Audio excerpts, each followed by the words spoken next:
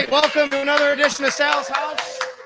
We are live here at Fattey Beer, 5 Genesee Street, downtown Buffalo. Sal Capaccio with you. Got a couple of special guests. We got another one coming in a little while. Craig Rivet, Andrew Peter. Before I do any of that, of course, we want to thank Fattey Beer for welcoming us here in downtown Buffalo, but also want to thank our sponsors. As always, Sports City Pizza Pub, 1407 Niagara Street in Buffalo. Make sure you get there. They have all the TVs. They have great beer as well. Pizza, wings, lots of great food, of course. Sports City Pizza Pub, a great place to watch the home opener for the Sabres tomorrow night, college football Saturday, and of course the NFL every single Sunday, Monday, and Thursday night. And Buffalo Logo, doing a great job with your screen printing and embroidery. BuffaloLogo.com. They got some great new screen prints. Check them out. BuffaloLogo.com. Eric and his team over there doing incredible things. I am so happy that we were able to make this work out tonight, the night before the Buffalo Sabres home opener, after unfortunately 2 losses in Prague. I have with me my friends that I have not seen in a long time, Andrew Peters and Craig Rivet. Thanks, guys. Thank you very much. It's awesome to see you guys. Glad we could make it work. Sorry we no-showed the last time. No, you didn't actually. We tried to make it work, and we make it. We're all busy now. We got schedules. You were just telling me about your kids. I mean, you saw Max when you walked in. You're like, man, he's getting big. You have a son. He's getting older. What's it like? It is time-consuming, emotionally draining, but the time of our lives. Craig has 4. I was saying, I'm just numb right now. Like I don't feel anything anymore. I still have love in the heart. He's down. numb. So no, this is great. I think the last time I was talking with you, your son was like 2 years old. I know. 2 years old. Okay, so you guys got to tell everybody on the air here. I'll let you know. These guys bought my son Max his first pair of skates. You guys did. You guys bought him. One of you did. You did together. Whatever. You bought him his first pair of skates. You really did. He was ready to play. See, we do so many kind things. Like there you go. It's amazing. I can't remember all the things right? that we do for people. So. Okay, so before we get into it, if you're in the chat box, thank you so much. We can answer some questions a little bit later, but I just want to make sure that everybody can hear me and see me okay, and all of us can make sure the sound is good for you. So just kind of throw it up in the chat. We got Justin, I think it is. All right, thank you very much. Bob Doyle, thank you so much for coming in. Just tell us in the chat that you can hear us, you can see us, and everything's good. You should be watching on the chat. You can only chat, by the way, on the YouTube page at Sal Sports and on Facebook. Thank you very much. Somebody says, yes, we can. Look at all these people coming in. They're chatting right now. They're watching live. Twitter, Facebook. If you're on Twitter, you can't chat. If you're on Facebook or YouTube, you can chat with us here today. All right, I want to start with you guys first before we get into the NHL. We worked together. We used to at WGR Sports Radio 550. You guys were the host of The Instigators. It was great. I was so sad when it ended, but I think a lot of people just kind of want to know why it happened, and how you arrived where you are now with After the Whistle podcast. Go ahead. I do have bosses if you want to say anything bad. Listen, we are very, I think, looking back on it, we've loved the change. I mean, it has allowed us to kind of have the freedom to do what we want, say what we want. I mean, I don't want to speak for both of us, but I'll say that, having a little bit of a gag order on you from the organization can weigh on you a little bit. And but then, there's obviously we were, I guess, what do you call it? Collateral damage in a business disagreement. Well, and what happened was, I'll fill it on that side of it. The rights for the Bills and Sabres were basically up. And in the new negotiating rights, that time slot went away from the Sabres and was given to WGR to fill. So it was no longer a Sabres show, essentially. No, we know what happened. And so people know out there, that's why it kind of squeezed you guys. And it could have been an hour. Craig calls me and he goes, I'm out. I'm like, wait, are you really out? He's like, I'm out. Was it that easy for you? It was. Listen, I will say this, that the men and the women that we worked with down there every single day, I'm going to tell you this, are the greatest people ever. We still keep in contact with those guys down there. It was truly one of the best environments that I was ever around. Those guys we had a lot of fun. Down at the Bills. We made a lot of friends. We made a lot of good studio friends down there. And you guys did it pre-COVID, so you were always in the studio. Or somewhere like that. You were we're doing a lot of stuff remote now. Yeah. But you guys, I remember going into that building, it was filled with the salespeople and the bosses and you guys, and you'd go on and I'd come in and it was just, it was a fun time. But now you're doing your own thing. How did you create After the Whistle, Craig? Like how did that come about? Well, you know what? I think we learned a lot by being in the environment down there, being part of the instigators, seeing the people that actually were putting it all together. I think they were the masterminds of the instigators. So for us, we wanted, I'm not doing this, for a paycheck. I'm doing this because I love it. Yeah. And I love to be around, people that I like to work with. And, Andrew and I got along very well, and we just thought it was time for a change. We're always right from the time that we started playing hockey, we had to kind of go through adversity and trying to find solutions. And this is something that when we made our change and to go in a different direction, it was scary because it's not our element. This is not something that we know anything about, but we asked a lot of questions and tried to we had help our too. way. Chris Bandura. I mean, Yeah. like if we're gonna name names of guys that were like angels on our shoulders, Chris Bandura is definitely one of those guys. But like I said, we can move on past that or talk however long you want about it. But he and I, when he called me, he's like, "I'm out." I'm like, the first, and I'm a movie guy. Yeah. What's the first movie that comes to mind? I'm out. Thelma and Louise, baby. I'm out. We went right off the Grand Canyon together in the old convertible, and we were, I don't know if we were holding hands, but we were sure as hell felt like it, and we just went for it. And, came up with a friend of mine named Mike came up with the idea for the name, which Craig loved right away, so we stuck with that, and away we went. So After the Whistle is created, you kind of have your own freedom. It's like a blank canvas. But you also don't want to just you have a labor of love. What about just kind of making it work in that space and trying to make money and doing what you love and being compensated for? Because I understand, I've done this long enough to know that sometimes you just do things and you're not getting paid, but you can't do that every single day, right? So how was that? Did you guys do this on your own to go out and get advertisers? How do you do that? Well, it took some time. Yeah. I mean, it took some time, coming from the instigators, we had a pretty good following that jumped in right away to follow our podcast. It kind of just evolved from that very first day on, I think, October 5th or whatever it was 4 years ago when the Sabres started their first game. And we launched our logo, we launched our podcast, and, we were just, we want to be genuine. We want to be able to kind of speak our own mind. We understand in this business that not everybody's going to agree with your opinion and your thought, but that's the best part about it. That's right. Is being able to kind of understand the game, give your opinion, and listen to what people are coming back to us. There's a lot of emails, a lot of tweets that come back to us. We love it. We love that interaction with people. And you can swear a lot more on your podcast. I got told the other day. I got told the other day by a dad on the hockey team that I help coach. I say help, but he said the kid. He said my kid said you swear too much on the show, and I'm like, I'm like, do you mind? He's like, no, I don't care. And I just thought, I'm trying to be authentic. Sometimes swearing can be forced, and I get that. And I try to edit all that out.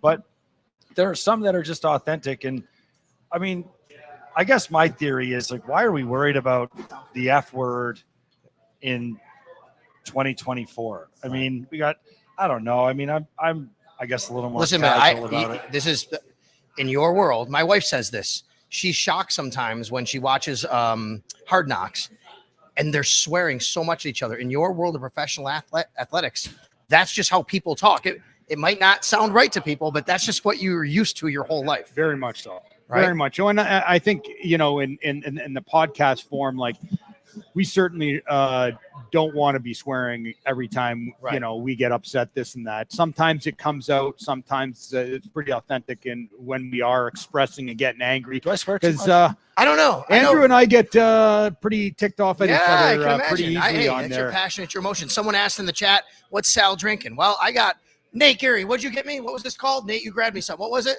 What am I drinking? What is it called? Nate's got it. Loverboy. I got Loverboy. What do you guys got? Do you even know? Okay, so, Zero Loverboy. So All right. I am 12 years sober, proudly. Oh, great. And- That's awesome. I didn't know that. I was offered a Thank you. beer. Thank you. Good for you. And, Thank oh, you. I don't know. I don't need a round of applause, not especially not in a brew No. house.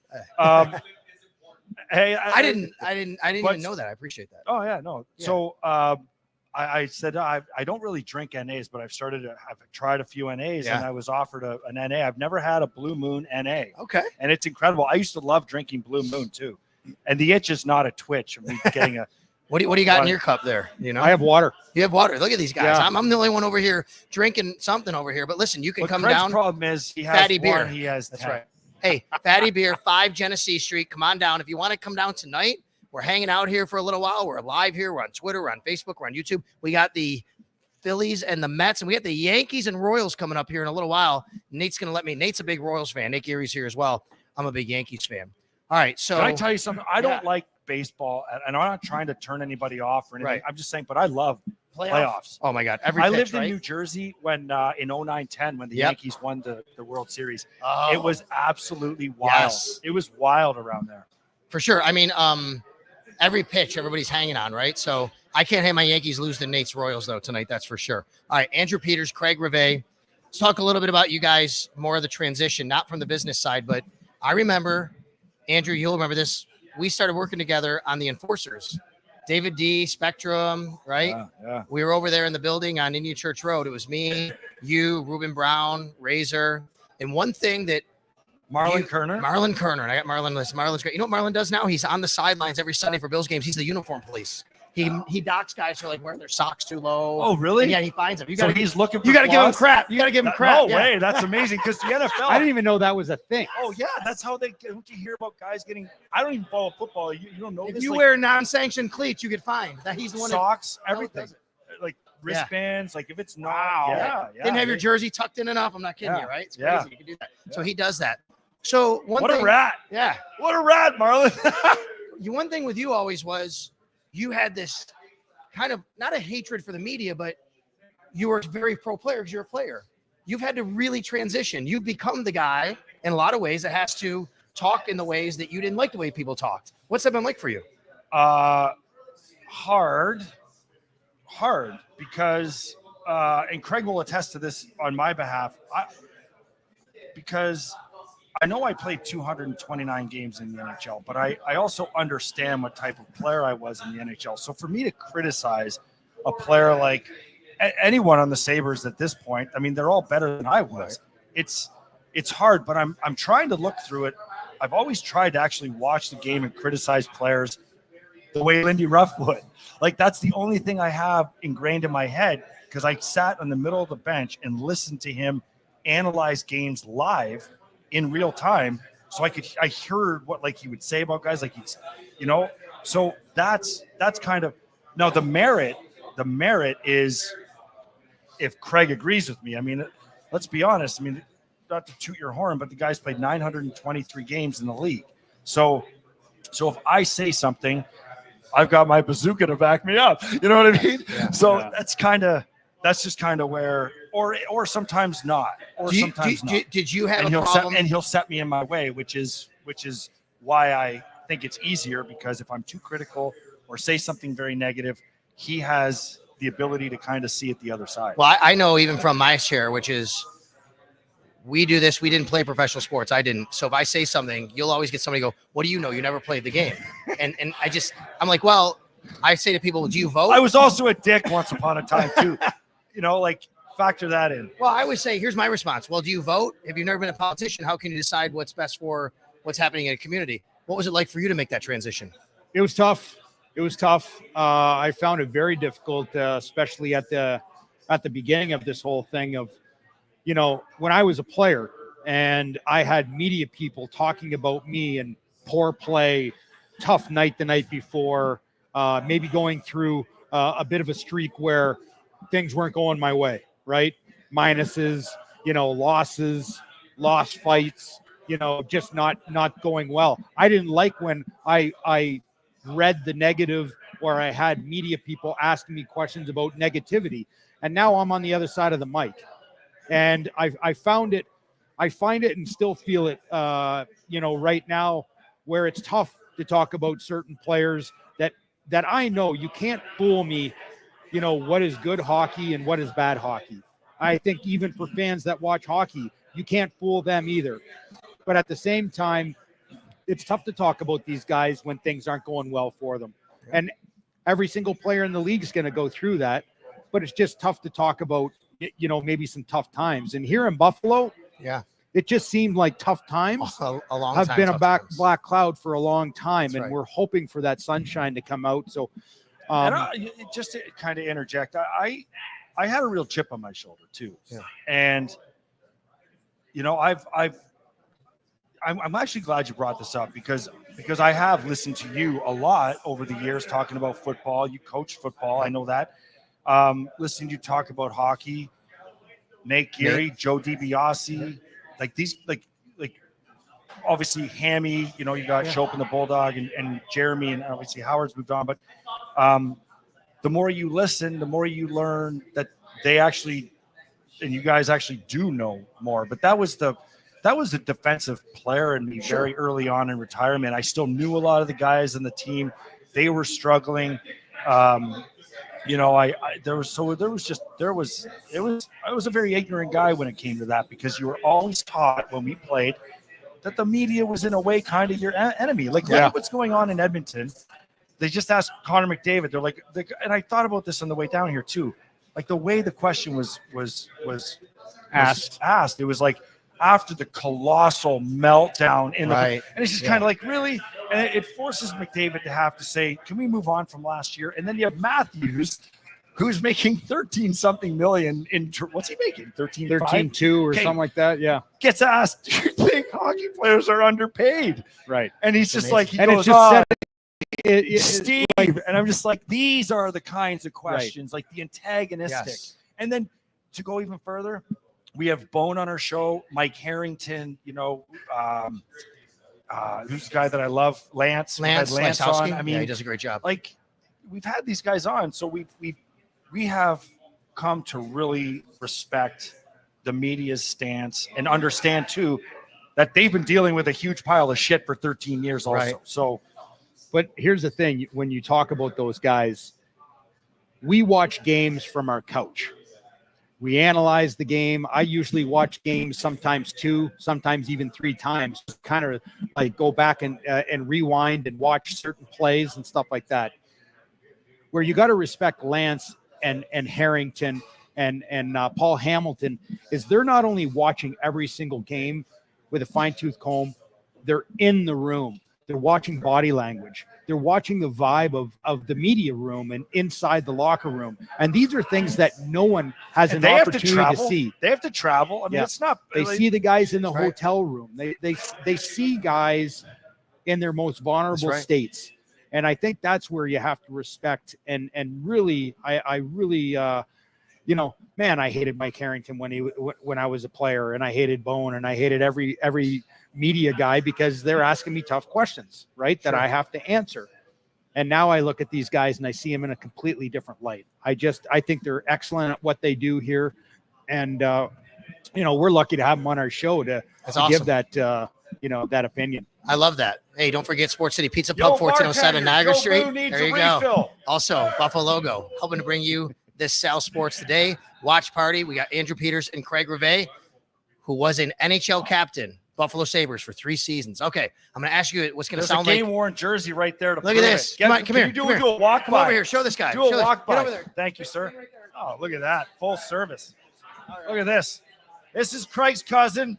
Came from North Bay. Turned around. He even spelled it Rivet. It's got a fighting strap too. Oh, I'm not trying to do anything. There you go. Look at that, man. Wow, is that game worn? Yeah. Didn't you hear him say? You got to get Craig to sign it. No way. He scored the goal against the Bruins in the 11 jersey. Yes, he did. Very nice. 0809. What's your name? Josh, you got to get Craig to sign that before you leave. Yeah. Craig, you were an NHL captain. I'm going to ask you a question that sounds really probably stupid to you, but it's not to a lot of people. What's the duties of an NHL captain? I think certain guys have different responsibilities as captain of certain teams. Certain guys really show it through their play, ignite their team. That was not me.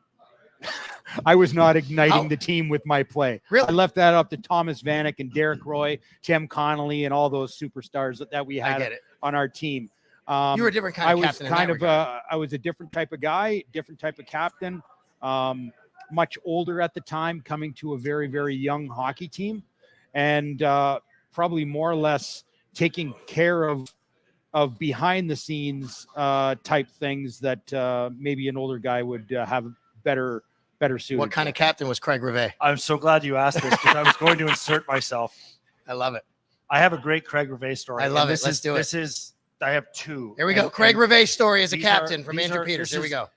Because when he and I, I'll try to keep this as quick as possible. Okay. He and I did not like each other when he came to the team. Okay. It was evident. It didn't take long for our two personalities to mend. I didn't like you and everybody else on the team. It wasn't just you. No, I know, but I had a hatred for Buffalo before I got here. It was But I was- amazing. I was literally in my head. I was so miserable at that point in my life and in hockey that I was looking for one guy to kill in training camp. And when we traded for you, it was like, fuck, I'm going to kill this guy in training camp. Like, I am going to kill him in training camp. I'm not going to get into the story about how, the first interaction, it doesn't matter. We play a game against Toronto, and Ryan Holloway runs, it's an exhibition game, runs Henrik Flinder. So now I'm down below the goal line in our own zone, which is I'm never there, and I'm chasing him around, and I grab him, and I fight him, okay? 2 games later, or later on that game, I'm skating down the middle of the ice, puck nowhere near me, it's on the other side of the rink. He blindsides me, and I thought I broke my sternum, okay? Like I was wearing a donut around my chest for like a month. And but I played the next exhibition game against Toronto because I wanted to fight this guy because he was in the lineup. So I'm out there, the puck's in our end, and I know it's a preseason game, so I don't care if they score. I'm chasing him around. Do you remember this shift? Well, you've ended up. So I'm chasing him around the entire zone. I'm slashing him. I'm like, hey, cross-check him. I am like a foaming rabid dog. And he wouldn't fight me. I'm in the corner and I'm shoving him. And all of a sudden, Craig goes, grabs him and just starts fighting him, right? So I'm like, what? This is supposed to be my fight, right? So Craig fights him. And then after the game, I see the post-game interview. And they're like, what was with the fight with Holloway? He goes, well, he did something to a guy in our team that is very important to us. And I wanted to address it. Now, that was one. So that was kind of like, that's pretty cool. Yeah. Okay. No, that's one. Number 2, our team was in a slump that year. We missed the playoffs, but this was the slump that kind of cost us the season.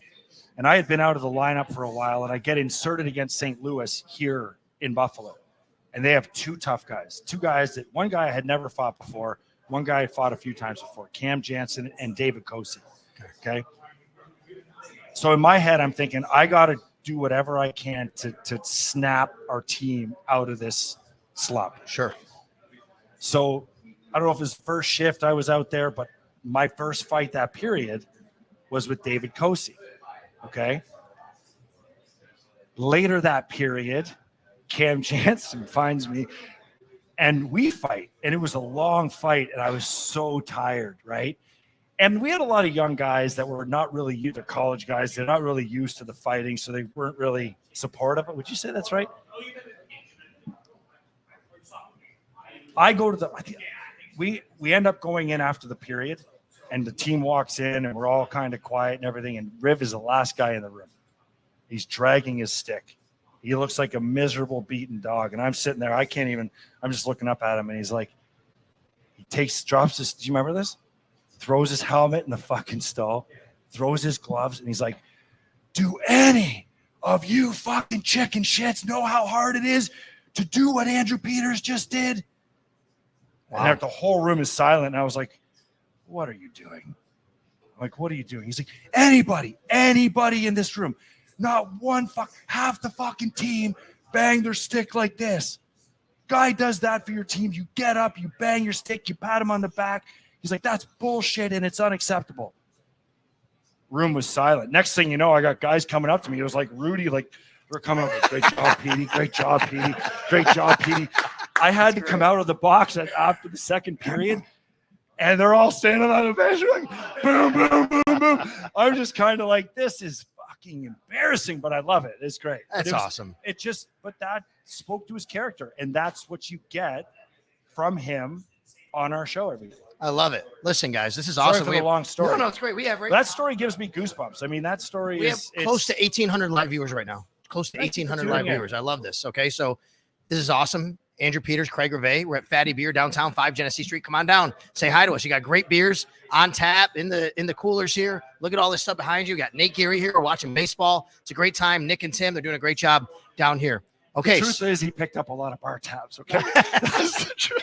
Listen, now I'm sure you guys have addressed this on your show, but I'd like to know. So what do you think about Rasmus Dahlin as the new leader of the Buffalo Sabres, as a former captain? I like it. I think that, he's been in the league for quite a while now. It seems like he's still such a young player. Right. But he's been in this league for a long time, obviously dealt with ups and downs throughout his career, personally and team-wise. And I just think he's at that maturity level right now. And his game he's ready to take this team over and lead by example and in the dressing room. So it's a no-brainer. We talked about this at length for, a number of different podcasts that we did. And Rasmus Dahlin was top of the list on every single one. So really good. There was a time when European guys were not considered leaders in the NHL. I'm sure you remember that. And I mean, Alex Ovechkin, he's a European, right? He's Russian, I should say. I think Nick Lidstrom right? broke that mold. But who's the first real I don't think European players are the same European players of when they played 20, 30 years ago. Right. The game of hockey back 30 years and beyond, there was a European style, and then there was a North American style, and that is no longer. There's a world style hockey. They, the Europeans and the North American players basically play the same.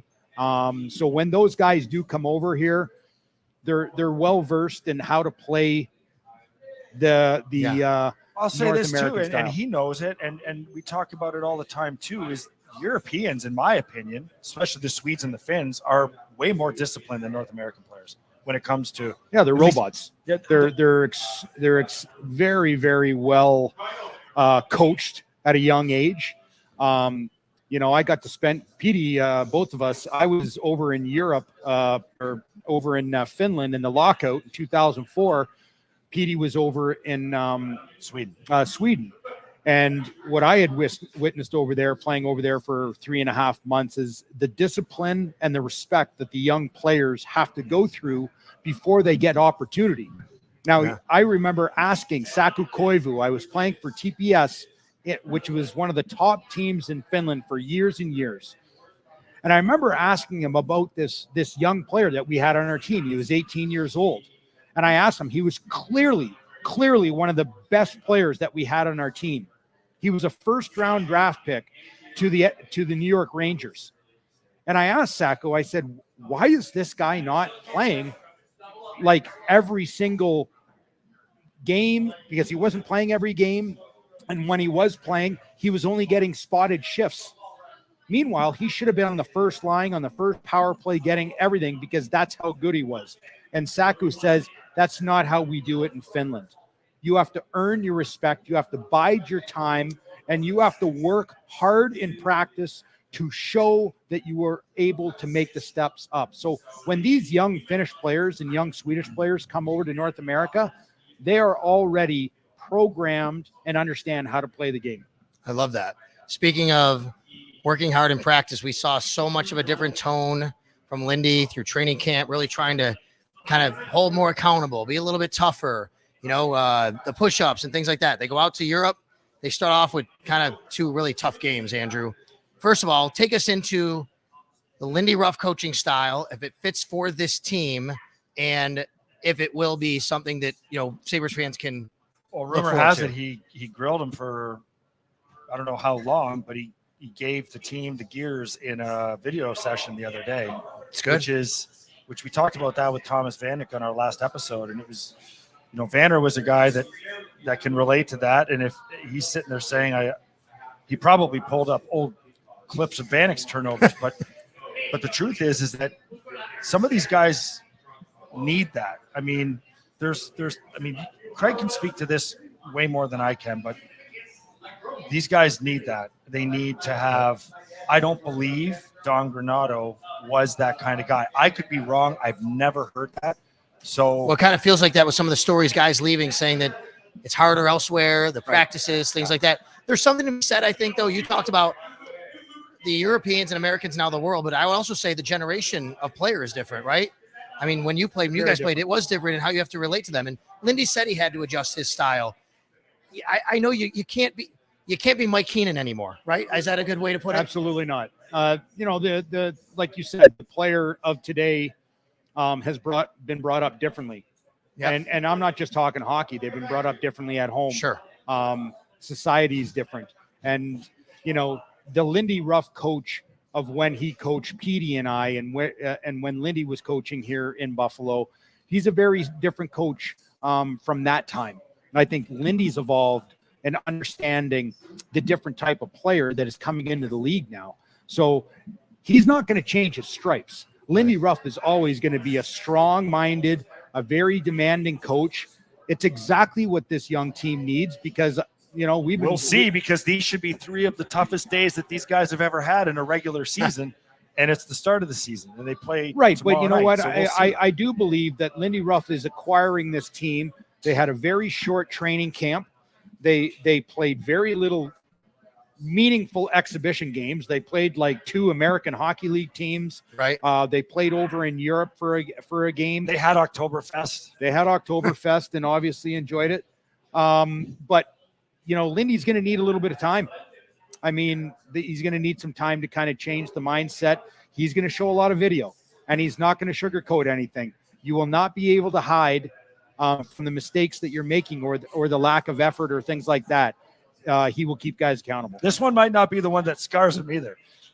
It'll be when he starts getting repetitive with guys, and it gets over and over, and it's rebound more times and slowed down.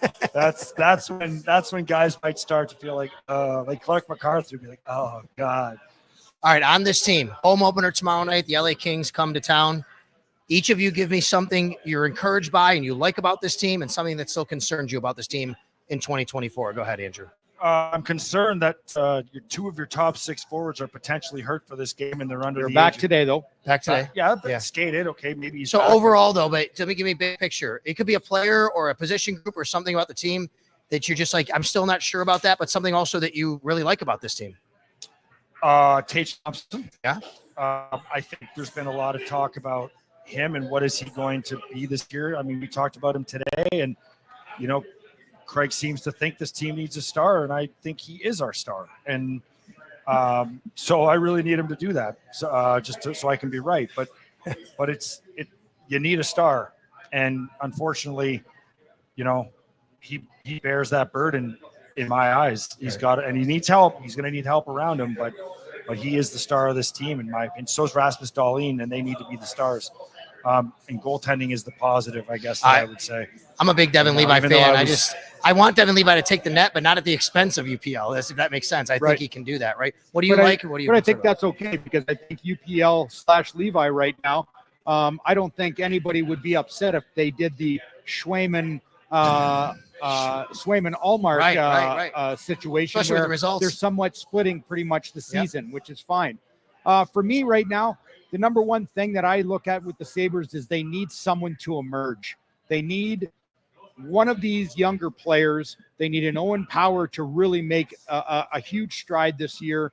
Bowen Byram needs to make big strides this year. JJ Peterka, Jack Quinn. If you want this team to be a playoff team, you can always point the finger at Rasmus Dahlin and Tage Thompson and Alex Tuck, but you need that other layer of hockey player to really elevate their game. We need JJ Peterka to be a guy. We need Jack Quinn to be the guy, and those guys to emerge. You got to get a little bit of a different look here. What do you think about that? He reminded me of my biggest fear. Yeah. And because what I said was Tage, and that's not really a fear. That's just an expectation. Sure. My biggest fear is Owen Power. That is my biggest fear. That he doesn't develop into what he should be? I know people around the league that think he's going to be a star, and I know people around the league that think he's going to be a bust. And What's a bust? I don't know. What's I a guess bu- never what's- really. What's a bust for Owen Power? Is it a 35, 40-point guy? Is that a bust? Or, is him coming into his own being a 60, 70 point defenseman? His entire career would be him being a bust. Certainly would be not living up to being the number 1 overall pick, but man, there's a lofty expectation there for sure. I totally get it. All right. Did I upset you with that comment? All right. Before we bring in, Nate's going to come in and want to get Nick over here as well. And thank everybody from Fattey Beer. From the NHL perspective, give me a team or two that you like to maybe rise a little bit this year that might have not last year, or you're looking at, and maybe Senators. you like Ottawa. You like Ottawa, and then maybe who could fall off a little bit.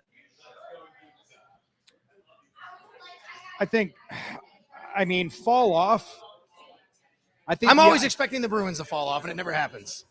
Well, that's what we said, the exact same thing. Or 2 years ago, we had them not making the playoffs, and they had one of the greatest seasons in the history of the game. I know. So it's hard to count these teams out when they still have these high-end veteran players like the Bergeron, Krejci, who they brought back in. Who I think is going to fall off.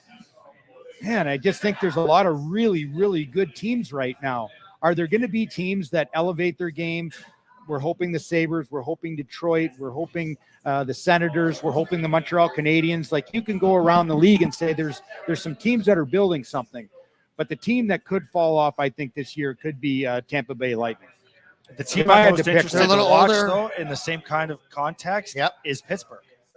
Oh wow, It feels like But they're that's just not falling off. They that's didn't just- make the playoffs last year. feels like that's but just going to be a Crosby bad Crosby situation. had an unbelievable season, Right. and if And they he still falls didn't make off, the they're playoffs. really going to fall off. Right. So, It feels like they could be in for a little hard reset here, right? For a little while. Yeah. Well, Rucker Right. McGrory made the team, so they got that going for him. I had a question here that Craig, Andrew, I'm going to read this. Somebody tweeted in, they said, here we go. From Jordan, question for Craig. I'm sorry. I was at a game in Buffalo years ago, opening face-off 5-on-5 brawl. Lyle Odeline, Donald Brashear, Chris Murray, Turner Stevenson, and you versus Brad May, and 3 others. Is that right? Yes. Okay, go ahead. I love this. Well, I got called up for that game. And unfortunately, no one gave me any pointers on why I was being called up for that game. I didn't know why I was starting in the starting lineup. I just thought it was amazing that I was in the starting lineup because it's pretty special. Yep. But I realized very quickly that when I got onto the ice, I looked at their guys, Rob Rays and all this, and I'm looking at our guys, and I'm realizing I'm not quite sure this is a real good starting lineup. This is great. It's great. It so happened that was my very first time playing in the odd and my only time playing in the odd. I played 1 second that game. I got kicked out and sent down the next day. Wow. That's a great story. One game, Who'd 1 you fight? second of Who'd the you odd. Odeline. If you read the, He said it was, yeah. I can't remember. I remember who you fought. You fought number 12. No. I was on Those were Montreal. Those were him. It was Gord Oh, no. Donnelly was on the ice. Was it? No. I thought I definitely know that you fought Hughes. Yes. Hughes. Yes. Yeah. What was his first name? I don't know that either. I took a couple punches that night, so I'm losing my marbles. I love it. Listen, I want to bring Nate Geary in here. I want to bring Nick in here, Nick Fattey, and I want to thank you guys. If you can hang out for a little bit, say hi to people. We'll kind of be here wrapping up the show, talking to people.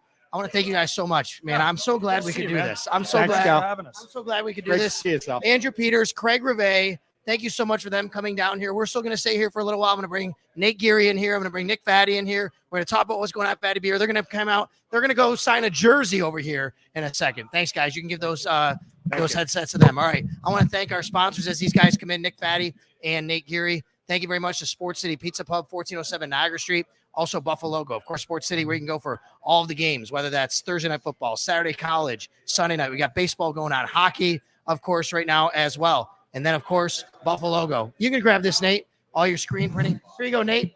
All your screen. Yeah. Bring Nick in. as soon as he's ready, you can come over. All your screen printing, embroidery, everything else. We're close to 2,800 live viewers right now. Listen, you won't be able to hear me in here. Okay. So just keep this open. Okay. Keep that one open. There you go. Okay. Yeah. This is my first time on radio. Yeah, no, I know. No, it's my fault. The way this is set up, you can't hear me in there. Okay. You can only hear me here, but you can talk in there. That's all that matters. I got to get better equipment. That's all that good. matters. Listen, speaking of that, all this stuff that I'm doing, though, thanks to my wife, Yana. She's amazing. She's helped me do all this stuff. We have a new website we've launched, salsportsmedia.com. Sal Sports Media just launched yesterday. If you're interested in advertising on Sal's house, watch party. You want me to come and speak at an event. You want to book me to rent me out to dance at a wedding. Not really, but I do that. Anything. salsportsmedia.com is where you go. Thank you so much. And, of course, subscribe to the YouTube channel. Nick, thank you for having me, man. Yeah, man. Thanks for coming in. Awesome. Thanks for showing up. I really appreciate that. Nate, you work at Fattey Beer. I work at this very location. And funny enough, this is the first. I was actually surprised you were going to put us on together. Nick and I have a lot of fun right here at this location, downtown. Yeah. It's my favorite Fattey location. I'm here, like once a week or so. Get to enjoy, hanging out. How many with this locations guy. you have? We're up to 8. We got 8 with a Wow. 9th one coming soon. All right, tell everybody where they are. Oh, Hamburg was the first one. Then downtown here was the second one. Got one in Orchard Park. We got one in the Wurlitzer location, which is up by North Tonawanda, Wheatfield area. Yeah. We've got one in Westerville, Ohio, which is Columbus. Right? Okay. That's a great little town there. We've got one in Rochester, New York as well. We got one in Kenmore, New York. I love that. And we've got one coming in by UB North, right over there. That's right, It's UB Sweet Home, North yeah. Campus. How did it start? How did Fattey Beer come about? Oh, it's kind of funny. I was a home brewer growing up. Yeah. My dad actually bought me a home brew kit when I was in college. I was actually a college hockey player. And when you're playing college hockey, you don't have time to really work. Any college athlete knows that. He was a college football player. We all know that. I worked. Though. Yeah, you worked. I worked. Yeah, I didn't work. And it was hard to find time to work. So I needed beer money. My dad's just like, hey, here's a beer kit. He got me a beer kit for Christmas. So I learned how to brew. Always loved beer. Went my whole life. You always want to every home brewer wants to own their own brewery. Well, I stunk at home brewing. I'm not very good at it. So I Sell other people's beers. You know? So I'm like, I know what a good beer tastes like. I know how it's made. I know enough about it. So I kind of created Fattey Beer, where we bring all the great beers to one spot. So It's awesome, That's man. kinda You how I got got Tim going. behind the bar. I Tim don't is know the the young best. lady who's behind the bar. What's her name? It's Savannah. Yeah, Savannah. Thanks. Savannah's behind the bar. Thank you. So you got Tim, you got Savannah, you got a lot of people in here. We got a good crowd in here tonight. We got people wearing Craig Rivet jerseys come in. What I like about this location, there's literally people just walking downtown who's just walking because they need a drink. yeah, absolutely. Right? Like it's not a convenience store, but it's kind of as simple as a convenience store. It's You kind just of a kinda walk in and convenience be like, store. Yeah. I need something to drink. Right. You know what I mean? But it's Yeah. a great place. Tell me about all the beers you have and what you have going on here. So we've got hundreds of different beers. Basically, everything's fresh. It rotates. So as you look at the wall, it kind of goes light beer to dark beer as you're checking stuff out. Left to right. So those are like the sours. Then we get into the lagers and wheats. And into some IPA, some darker beer, some seasonal, some ciders, whole bunch of NAs and wines and stuff like that. 8 beers on draft. Cheap beer over there. Non-alcoholic stuff. Kids drink, stuff like that. So basically, exactly that. We're right in the heart of downtown. We got the Hyatt across the street, the Gold Dome Bank. All the Sabre stuff. So season's coming up. That's Sabre- great for and you we're guys. great. Be down here, right? This is great. We're perfect for the Sabre season because we're right on the metro line. So a lot of folks Park for park free up here. Park for free up here. Take the metro. Come in here. We got $5 FES, which is Yeah, for Sabre games. for Sabres games this Sabre year. home games. So Sabres home games come down here. Buffalo only. Buffalo only. That's right. So FEA is a beer that we built, that we created for Fattey that Resurgence Brewing Company brewed. You can only get it at Fattey Beer Company, and it's $5 every Sabres home game here downtown. And then for Mug Club members, it's also $5 drafts. I love it. For Mug Club members. So great beer specials. By the way, I know we said we'd like do a gift card or something. This guy, he deserves something with this jersey here. If we would give him a gift card or something. Yeah, we'll get him something. You We'll give hook him him- up. yeah, We'll hook yeah. him up. He came We'll down give here him a couple with beer Craig chips. Rivet Yeah, jersey. yeah. That's awesome. One of right? the So remaining. We'll get there you go. Yeah. See, we take care of you when you come down here to Fattey Beer. Speaking of the Sabres, all right. I know you're a big fan. You go to a lot of games. We're going to the home opener. I got Max here. We're going to the home opener tomorrow night together. What do you expect from this team in 2024-25? I don't like that look from Nate Geary, by the way. Listen, I'm expecting the Lindy effect to eventually take over. I was listening to on my way here from work. I was listening to Paul and Hamilton, Bulldog, And Paul was talking about how, like, after the game, you know, he kind of felt like they were reverting back to a lot of the bad Old habits they had last yeah. year. And that, you know, I do think there's going to be a little bit of a learning curve in playing the way that Lindy wants to play. So I would expect the beginning of the season to be a little slow, but then them ramp up.